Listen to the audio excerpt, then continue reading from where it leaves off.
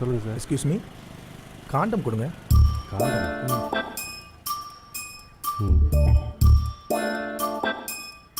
எவ்வளோ எவ்வளோ sir? 50 rupees.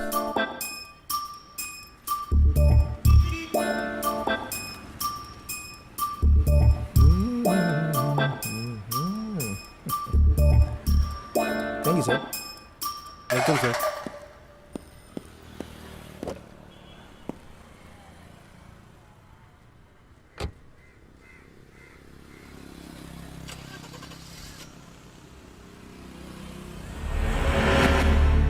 கல்யாணம் ஆகி எந்த ஒரு மனுஷனுக்கும் எதுவுமே நடக்காம மனைவி கூட எப்படி இருக்க முடியும்? ஆனா என் ஐஸ்வர்யாக்காக என் ஆசையை கண்ட்ரோல் பண்ணி அவளுக்கு பாதிப்பு வராத மாதிரி அவகிட்ட சேஃப்டியா நெருங்கினேன்.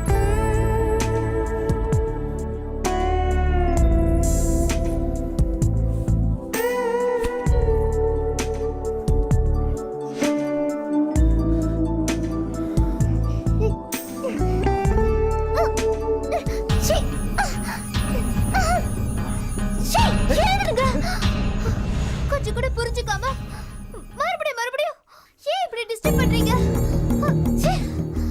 ஐஸ், உனக்கு எதுவும் அஃபெக்ட் இல்லை. நான் சேஃப்டியா தான் வந்திருக்கேன். இதனால உன் அழகு பாதிக்காது, கவலைப்படாத. அசிங்கமானதெல்லாம் யூஸ் பண்ணி வேண்டாம், விடுங்க. அதெல்லாம் ஒண்ணாகாது, நீ சைலண்டா இரு.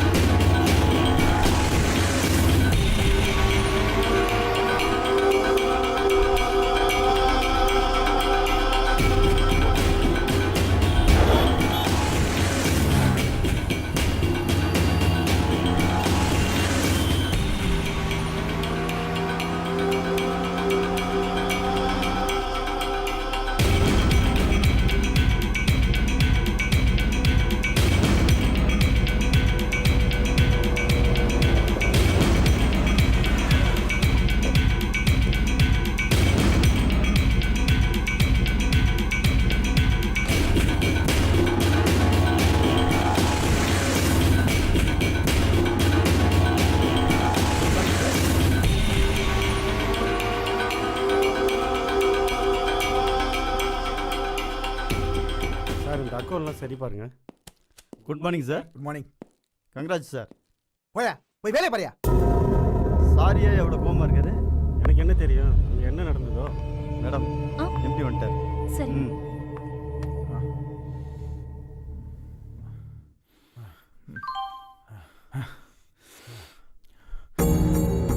இல்ல, இப்பவே குழந்தை பெத்துக்கிட்டேனா என் அழகெல்லாம் போயிடும். அதெல்லாம் ஒண்ணாகாது, நீ சைலண்டா இரு.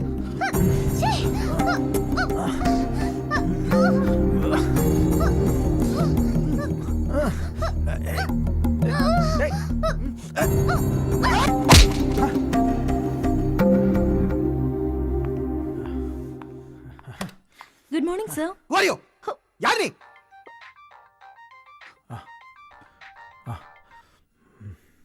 Hello dot. கௌதம், நான் டாடி பேசுறப்பா. சொல்லுங்க டாடி. நீ ஹனிமூன் போனப்போ உனக்கு ஒரு செக்ரட்டரி நியமிச்சேன்ப்பா. ரொம்ப பிரில்லியண்டான கேர்ள்பா. நம்ம கம்பெனிக்கு ரொம்ப யூஸ்ஃபுல்லா இருப்பா. சுவேதான்னு பேரு. எம்காம் படிச்சிருக்கா. Okay daddy. உனக்கு நல்ல ஹெல்ப்ஃபுல்லா இருப்பாப்பா. ஹனிமூன்ல பிஸியா இருப்பேன்னு உனக்கு செக்ரட்டரி நியமிச்சேன். பாத்துக்கோ. Okay daddy. போன் வச்சிரவா? வச்சிருங்க. Sir. Yo Swetha. Yes sir. M Com படிச்சிருக்கீங்க. Yes, உங்களை பத்தி எல்லா டீடைலும் டாடி சொல்லியிருக்காரு. அப்படியா? சொல்லுங்க.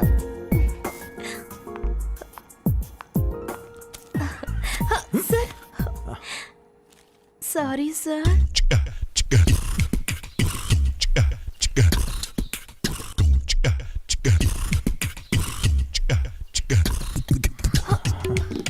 Sorry sir.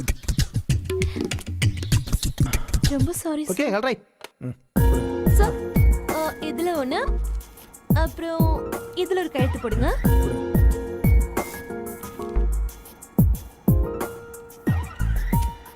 சார், நீங்க வெளியூர் போனதுக்கு அப்புறம் sales profit 1 crore sir. Wow, நீங்க வந்ததுக்கு அப்புறமா ஒவ்வொரு மனுஷனும் தப்பான சூழ்நிலையில தான் தவறான மனுஷனா மாறுறான். ஆபீஸ்ல டென்ஷனா இருந்தப்போ அன்னைக்கு தான் சுவேதாவை சந்திச்சேன். ஐஸ்வர்யா மேல இருந்த ஆசையெல்லாம் சுவேதா மேல மாறிச்சு.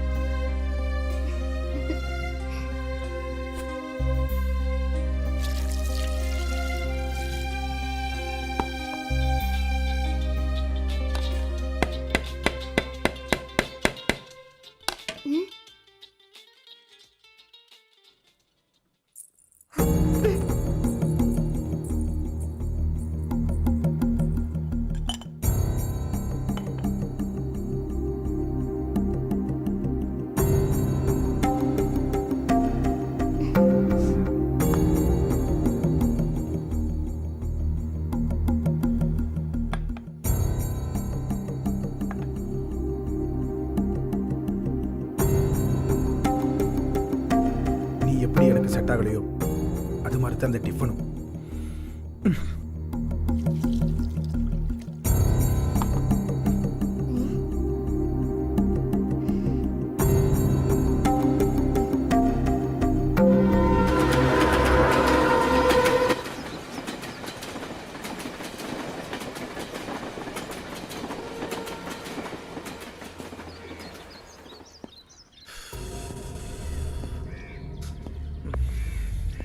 என்னங்க இப்பவே இதெல்லாம் பண்ணணுமா?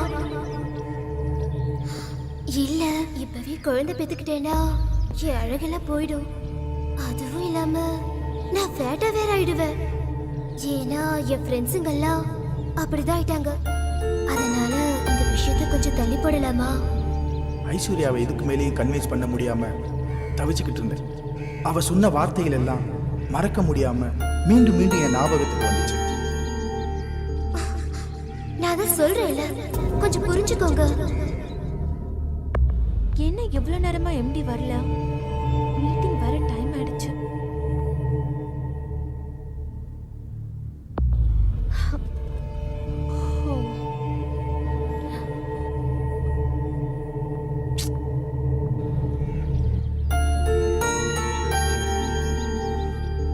Excuse me sir.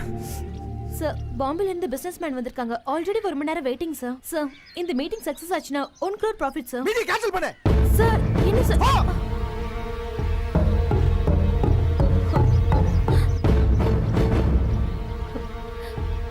இந்த மீட்டிங்கை நீங்க தான் ஏற்பாடு பண்ணீங்க. இப்போ நீங்களே கேன்சல் பண்ண சொல்றீங்க. என்ன சார் ப்ராப்ளம்? சார், உங்க பர்சனலா இருந்தா கேட்டதுக்கு மன்னிச்சிருங்க. அதைத்தான் எப்படி உன்கிட்ட சொல்றதுன்னு.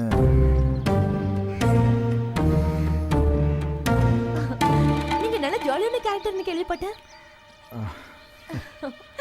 ஆனா உங்களை பார்த்தா அப்படி தெரியலையே சார். குழந்தை பெத்தா அழகு குறைஞ்சிருமா? என்ன சார் சொல்றீங்க? உங்ககிட்ட சொல்றதுக்கு என்ன இருக்கு? குழந்தை பெத்தா அழகு போயிடும்னு என் மனைவி சொல்றா. சார், அது அவங்கவுங்க மனநிலையை பொறுத்தது. இது பெரிய பிரச்சனையே இல்லை சார். ஒரு நல்ல சைக்காட்ரிக் டாக்டரை பாருங்க, உங்க ப்ராப்ளம் சால்வ் ஆயிடும். ஒரு பொண்ணோட மனசு இன்னொரு பொண்ணுக்கு தான் தெரியும்னு சொல்லுவாங்க.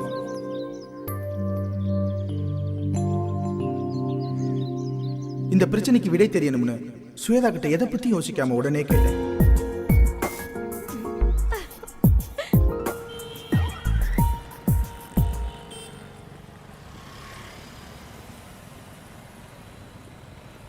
ஐஸ்வர்யா போய் உட்காரு.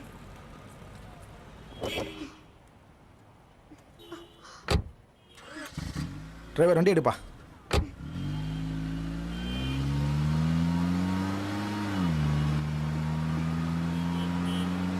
வா கௌதம், எப்படி இருக்க? அம்மா அப்பாலாம் எப்படி இருக்காங்க? சாரி கௌதம், உன் கல்யாணத்துக்கு வர முடியல. ஒரு ஆப்ரேஷன் விஷயமா அமெரிக்கா போயிருந்தேன். அப்புறம் சொல்லு. அது வந்து டாக்டர், என் ஒய்ஃபை நைட் அப்ரோச் பண்ணும்போது ஏதேதோ காரணம் சொல்லி தட்டி கழிக்கிறா. அதுவும் இல்லாமல் அழகு குறைஞ்சிடும், ஃபேட் ஆயிடுவேன்னு ஃபீல் பண்ணுறா. டாக்டர், எங்களுக்குள்ள அது அது நடக்கவே இல்லை டாக்டர். உன் ஒய்ஃப் வந்திருக்காளா? அவள்கிட்ட நான் ஒரு 5 நிமிஷம் தனியாக பேசுகிறேன், அவளை வர சொல்லு. இல்லை டாக்டர், நான் எவ்வளோ எடுத்து சொல்லிட்டேன், அவள் கேட்க மாட்டேங்கிறா. நீங்கள் கொஞ்சம் எடுத்து சொன்னீங்கன்னா எங்கள் குடும்ப வாழ்க்கை சந்தோஷமாக இருக்கும். Gautam, no problem Gautam. உன் ஒய்ஃபை வர சொல்லு, நான் பேசி பார்க்குறேன். ஹலோ ஐஸ்வர்யா, எப்படி இருக்க? நல்லா இருக்கேன். உட்காரு. நான் யார் தெரியுதா? கௌதமோட ஃபேமிலி டாக்டர். என்ன ப்ராப்ளம் உனக்கு? எதுவாக இருந்தாலும் தயங்காமல் என்கிட்ட சொல்லு, நான் கிளியர் பண்ணுறேன். என்ன ஐஸ்வர்யா, ஏன் ஃபீல் பண்ணுற? உனக்கு ஏன் கௌதமோட ஒத்து போக மாட்டேங்குது? அவன் ஒன்றும் அப்படி முரட்டு பையன்லாம் இல்லையே. இல்லை டாக்டர், எனக்கு பிடிக்காத கல்யாணத்தை பண்ணி வச்சு என் வாழ்க்கையை சீரழிச்சிட்டாங்க. எனக்கு கௌதம சுத்தமாக பிடிக்கல. பிடிக்காத ஆள் கூட எப்படி டாக்டர் வாழ முடியும்? நான் அவர்கிட்ட இருந்து விலகதான் ஆசைப்படுறேன். அவர் கூட வாழ ஆசைப்படல டாக்டர். அவருக்கு அவர் வாழ்க்கை முக்கியம், எனக்கு ஏன் வாழ்க்கை முக்கியம். இங்க 2 பேருக்கும் நடுவில் இருக்கிறது இந்த தாலி மட்டும்தான். இந்த தாலி விலகணும் தான் நான் ஆசைப்படுறேன் டாக்டர். வாட் நான்சென்ஸ், என்ன பேசுற? இடியட் மாதிரி பேசுற. ஒரு பொண்ணுக்கு கழுத்துல தாலி எரிச்சுன்னா அது ஒரு தடவை தான். நீ புரிஞ்சுதான் பேசுறியா இல்ல புரியாம பேசுறியா? இல்ல டாக்டர், நான் முடிவு எடுத்ததுதான்.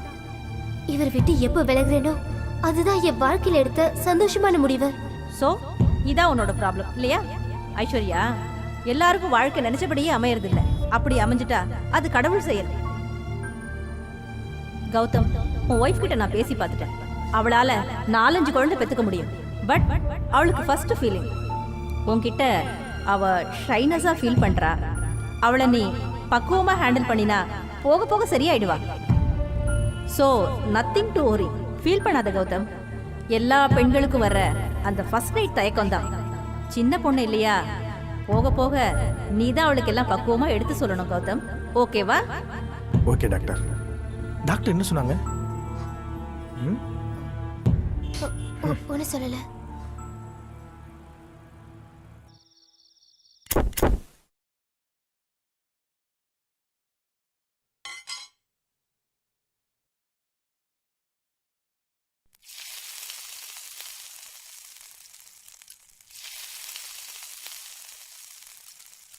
ஹாய் ஐஸ், என்ன இன்னைக்கு சப்பாத்தியா? சாஃப்டா இருக்கு. குட்.